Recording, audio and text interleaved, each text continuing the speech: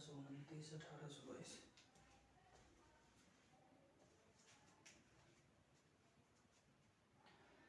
Hello friends, मैं अभी मौर्य आप लोगों का एक बार पुनः स्वागत करता हूं अपने इस YouTube फैमिली में।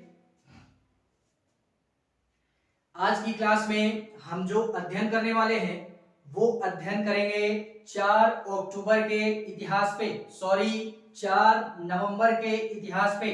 ठीक है, तो इससे पहले की क्लास आप लोग देख लीजिएगा एंड उसके पश्चात आकर के इस क्लास पे विजिट कीजिएगा। ठीक है, तो आज जो हम अध्ययन करने वाले हैं वो देश और दुनिया से जुड़ी हुई कुछ ऐसी हमारी महत्वपूर्ण घटनाएं होंगी जो कि 4 नवंबर के इतिहास में हमेशा और हमेशा के लिए दर्ज होकर के रह गई। ठीक है, तो बात करते हैं 4 नवंबर के इतिहास पे, जो कि देश और दुनिया से जुड़ी हुई कुछ ऐसी महत्वपूर्ण घटनाओं का मैं वर्णन करूंगा जिनको 4 नवंबर प्रमाणित करता है। ठीक है, तो बने रहेंगे मेरे साथ शुरू से लास्ट तक में इस क्लास में, और हम लोग बाकायदा अध्ययन करेंगे 4 नवंबर के इतिहास में। ठीक है, देखते हैं इसी में या नजर डालते हैं 4 नवंबर के इतिहास पे।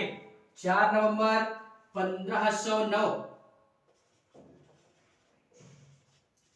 4 नवंबर 1509 की तारीख ये अपने आप में इतिहास में अलग पहचान बना करके क्या होती है, दर्ज होती है। इस दिन हमारे एक जाने माने एक प्रकार से बोले तो पुर्तगाली वायसराय, यानी एक पुर्तगाल से व्यक्ति आता है। फिलहाल में इसको हम लोग मॉडर्न हिस्ट्री में भी पढ़ने का प्रयास करेंगे और बड़े ही बेहतरीन तरीके से पढ़ेंगे मॉडर्न हिस्ट्री में। ठीक है, तो 4 नवंबर 1509 में हमारे पुर्तगाल का वायसराय बनता है भारत में, यानी पुर्तगाली समुदाय का, पुर्तगाली शक्ति का, या एक प्रकार से बोले पुर्तगाली समुदाय का या पुर्तगालों का वायसराय बनाया जाता है भारत में, और ये पहला वायसराय हमारा होता है। ठीक है, तो इसको भी हमने याद रखना है। एंड इसी के संदर्भ में ये बोला जाता है, क्या नाम दिया गया इनको, अल्मीडो अल्बुकर्क के नाम से जानते हैं, अल्फासो द अल्बुकर्क के नाम से भी जानते हैं। ये भारत के वायसराय के तौर पे इनको क्या किया गया, नियुक्त किया गया, जो कि पुर्तगाल से संबंध रखते थे। और इतना ही नहीं, इनको ये बोला गया कि ये पुर्तगाली शक्ति के एकमात्र ऐसे मतलब वायसराय थे जिन्होंने भारत में वास्तविक, एक प्रकार से बोले वास्तविक संस्थापक के तौर पे पुर्तगालों के देखे जाते हैं। और इतना ही नहीं, जब ये इंडिया में आते हैं तो अपना ये एक प्रमुख, एक प्रकार से बोले मुख्यालय बनाते हैं, जो कि कोचीन में बनाते हैं। इस कारणवश हमको इनको याद रखना है। ठीक है, और ये पुर्तगाली अधिकार में भारत आते हैं और भारत में ये भी वही एक प्रकार से बोले तो व्यापार करने के उद्देश्य से ही भारत में आते हैं अल्बुकर्क, और यहाँ पे आकर के अपनी कंपनी वगैरह या कोठी वगैरह स्थापित करते हैं। धीरे धीरे यहाँ पे इनकी सत्ता स्थापित हो जाती है। ठीक है, तो इसको फिलहाल में मैं मॉडर्न हिस्ट्री में भी पढ़ाऊंगा, तो वहां पे हम लोग बड़े ही बेहतरीन तरीके से पढ़ने का प्रयास करेंगे। ठीक है, तो 4 नवंबर के इतिहास में इनको हमको याद रखना है। बात करते हैं 4 नवंबर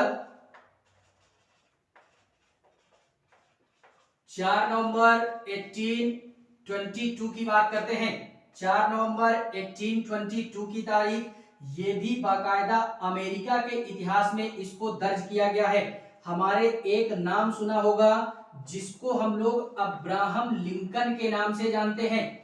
अब्राहम लिंकन ने अपना विवाह किया था या शादी की थी, किसके साथ में, तो एक हमारी वहां की महिला होती है जिसको मैरी टोड के नाम से जानते हैं। इनसे इनका वैवाहिक संबंध संपन्न होता है और इनका जो दाम्पत्य जीवन था या वैवाहिक संबंध था, एक प्रकार से अगर बोले तो बड़ा ही कलहपूर्ण था। यानी ये बोला जाता है कि ये अपने पत्नी से काफी डरते थे। ऐसा बोला जाता है। बाकी कहां तक सत्य है ये यार हम लोग इसका अनुमान ही केवल लगा सकते हैं, ठीक है। और इतना ये भी बोला जाता है कि ये अपने मतलब वाइफ से इतना डरते थे कि ये कभी घर जाते भी थे और नहीं भी जाते थे और ऑफिस में ही ये सो जाया करते थे, ठीक है। तो इनके संदर्भ में ऐसी बहुत सारी कहानियां हैं जो प्रचलित हुई हैं। कहां तक सत्य है इसको हम लोग नहीं मान सकते हैं, ठीक है। बात करते हैं इसी 4 नवंबर के इतिहास में कुछ और अन्य महत्वपूर्ण घटनाओं की, जिनको मैं अर्थात 4 नवंबर प्रमाणित करता हूं। 4 नवंबर 1845 की बात करते हैं। 4 नवंबर 1845 ये हमारा इतिहासकार एक प्रकार से बोले तो ये भी भारतीय इतिहास में दर्ज हुआ है, जिनको हम लोग क्या बोलते हैं, वासुदेव बलवंत फड़के के नाम से जानते हैं। इनका क्या होता है कि 1845 में इनका जन्म होता है।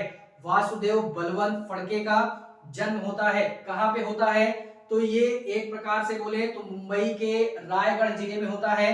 तो इसको भी हमने याद रखना है। और इतना ही नहीं, इनके संदर्भ में ये भी बोला जाता है कि ये हमारे एक महान स्वतंत्रता संग्राम सेनानी भी थे, ठीक है। या स्वतंत्रता संग्राम के प्रथम क्रांतिकारी के तौर पे भी हम इनको जानते हैं। और इतना ही नहीं, ये हमारे भारत के ऐसे प्रथम क्रांतिकारी के तौर पे जाने गए, इनको हम आदि क्रांतिकारी की संज्ञा भी देते हैं, ठीक है। और इतना ही नहीं यार, जब हमारी 1857 की क्रांति होती है तो उसके पश्चात में ये हमारे संगठित महाक्रांति के संदर्भ में ऐसा बोला जाता है कि जब वो क्रांति विफल हो जाती है तो ये हमारे किसमें एक हमारे स्वतंत्रता भारत की स्वतंत्रता की लड़ाई में शामिल हो जाते हैं।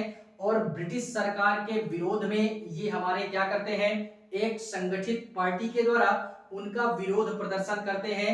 या सशस्त्र विद्रोह का संगठन करने वाले ये मात्र हमारे प्रथम ऐसे क्रांतिकारी होते हैं, ठीक है। और इन्हीं के संदर्भ में ये बोला जाता है कि बाद में इनको ब्रिटिश अधिकारियों के द्वारा या अंग्रेजों के द्वारा पकड़ लिया जाता है और आजीवन कारावास की सजा सुना दी जाती है। बाद में इनको अदन नामक जेल में भेज दिया जाता है, ठीक है। तो इन्हीं सारी घटनाओं के कारण ये 1845 की तारीख ये बाकायदा बलवंत फड़के जी के नाम पे क्या हुई, दर्ज होकर के रह गई, जिनको 4 नवंबर प्रमाणित करता है कि आज के ही दिन ये घटना हमारी क्या होती है, घटित होती है। इसीलिए मैं इसको अर्थात 4 नवंबर प्रमाणित करता हूं, ठीक है। बात करते हैं इसी 4 नवंबर के इतिहास में। 1929 की बात करते हैं। 4 नवंबर 1929 की तारीख ये भी बाकायदा इतिहास में आज क्या होती है, दर्ज होती है। हम लोगों ने नाम सुना होगा तो बेटर है, नहीं सुना तो और बेटर है। क्या होता है कि शकुंतला देवी जी का क्या होता है, इस दिन जन्म होता है 1929 में। और कहां पे होता है, तो इनका जो भी हमारा जन्म होता है, एक प्रकार से बोले तो जन्म ही बोल सकते हैं। इनका जन्म होता है 1929 में। ये थी कौन, तो ये मानव कंप्यूटर के रूप में इनको जाना जाता है।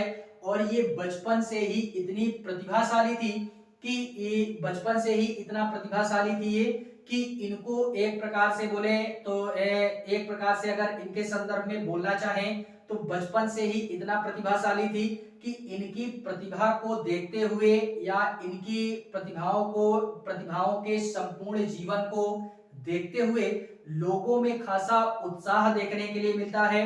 और इनकी प्रतिभा को देखते हुए इनको एक प्रकार से 1984 में क्या किया गया कि गिनीज वर्ल्ड ऑफ बुक में भी इनका नाम दर्ज किया गया, ठीक है। और इनका जो जन्म होता है वो भी याद रखना कि हमारा एक रूढ़िवादी कन्नड़ परिवार में इनका जन्म होता है, ठीक है।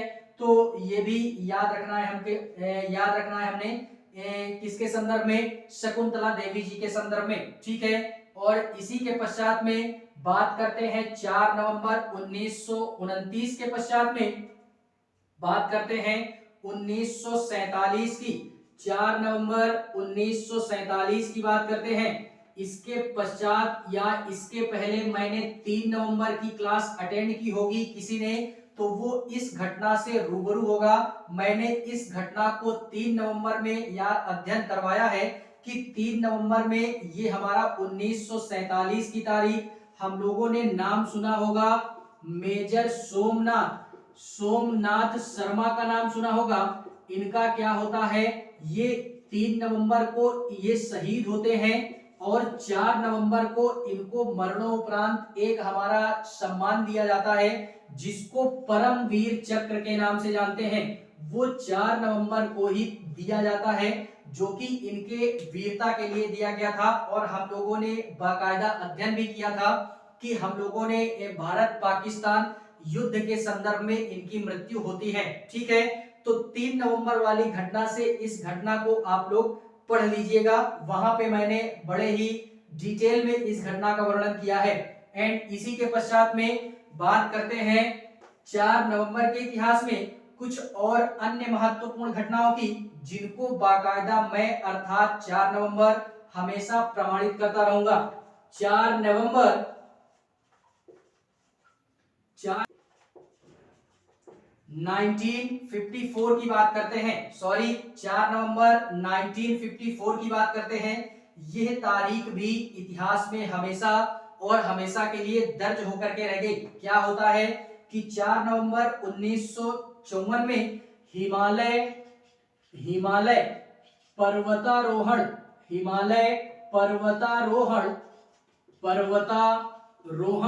संस्थान की क्या होती है, स्थापना की जाती है। और किस कारणवश की जाती है, तो इसको यार इस संस्थान को बनाने का या स्थापित करने का महज केवल और केवल एक ही उद्देश्य होता है कि जो भी हमारे पर्वतारोही हैं या जो भी पर्वत पर चढ़ाई करने वाले लोग हैं उनको क्रीड़ा के रूप में बढ़ावा देने के उद्देश्य से इस संस्थान की स्थापना हमारे की गई थी। और ये आज वर्तमान में दार्जिलिंग क्षेत्र में 6900 फीट की ऊंचाई पे ये हमारा संस्थान बनाया गया है। ठीक है, और फिलहाल में अगर हम लोग बात करें तो एक हमारे एडम्स करके आते हैं, उन्होंने एडम्स हिलेरी या एडमंड हिलेरी करके आते हैं। एडमंड हिलेरी जो कि माउंट एवरेस्ट की चोटी पर चढ़ने वाला पहला मानव कदम था।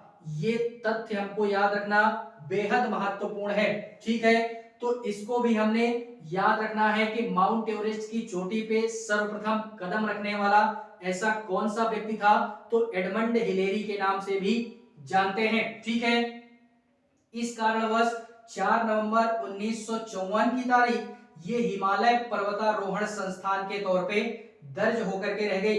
बात करते हैं इसी 4 नवंबर के इतिहास में कुछ और अन्य महत्वपूर्ण घटनाओं की जिनको मैं अर्थात एक प्रकार से बोले तो 4 नवंबर प्रमाणित करता हूं। 4 नवंबर 1970 की बात करते हैं। 4 नवंबर 1970 की बात करें तो यहाँ पे 2 घटनाएं हमको याद रखनी है। एक हमारी बॉलीवुड इंडस्ट्री की जानी मानी बेहद खूबसूरत अदाकारा जिनको हम तब्बू के नाम से जानते हैं। तब्बू का क्या होता है, 1970 में जन्म होता है और ये बॉलीवुड इंडस्ट्री से रिलेटेड खबर है, तो इसको भी हमने केवल इतना ही याद रखना कि इनका जन्म होता है और इनका जो फाइनेंशियल बैकग्राउंड था वो भी फिल्मी दुनिया से ही था। तो बॉलीवुड इंडस्ट्री में आना इनके लिए कोई बड़ी बात नहीं थी। ये मतलब जन्मजात ही बॉलीवुड इंडस्ट्री में कदम रखती हैं अपना। ठीक है, और ये शायद आज भी इनका विवाह नहीं हुआ, ये आज भी कुंवारी ही है। ठीक है, तो इसके संदर्भ में हमको इनको याद रखना है। और इसी के पश्चात में 4 नवंबर 1970 में एक हमारा और याद रखना कि एक हमारे एक प्रकार से अमेरिका के राष्ट्रपति ही होते हैं जो कि 14वें राष्ट्रपति होते हैं, इसको भी याद रखना। तो 70 में पंडित महाजन का क्या होता है, निधन होता है। पंडित महाजन का निधन होता है। ये हमारे भारतीय शास्त्रीय एक प्रकार से बोले भारतीय शास्त्रीय नृत्य शैली के, और भारतीय शास्त्रीय नृत्य शैली में कौन सा नृत्य, वो है कथक कली का नृत्य। इसमें इन्होंने पारंगत हासिल की थी, ठीक है, या बेहद ही बेहतरीन तरीके से कथक नृत्य में ये गुरु थे या निपुण थे। और लखनऊ एक प्रकार से बोले तो लखनऊ के एक परिवार में इनका जन्म होता है और कथक के क्षेत्र में या कथक वाले नृत्य के क्षेत्र में इतना बेहतरीन ढंग से इन्होंने लोगों के दिलों में राज किया कि इसके अलावा यानी नृत्य के अलावा ये ठुमरी गा करके भी अपने भावों को व्यक्त करते थे और लोग यार इनसे बेहद प्रभावित भी होते थे, ठीक है। जिस कारणवश इस नृत्य के क्षेत्र में सराहनीय योगदान के लिए इनको एक प्रकार से उपाधि दी गई थी जिसको नृत्य सम्राट के भी नाम से जाना जाता है, ठीक है। तो ये पंडित महाजन जी के संदर्भ में ये हमको याद रखना है, ये थे कौन, किस लिए इनका नाम इतिहास में दर्ज हो पाया, ठीक है।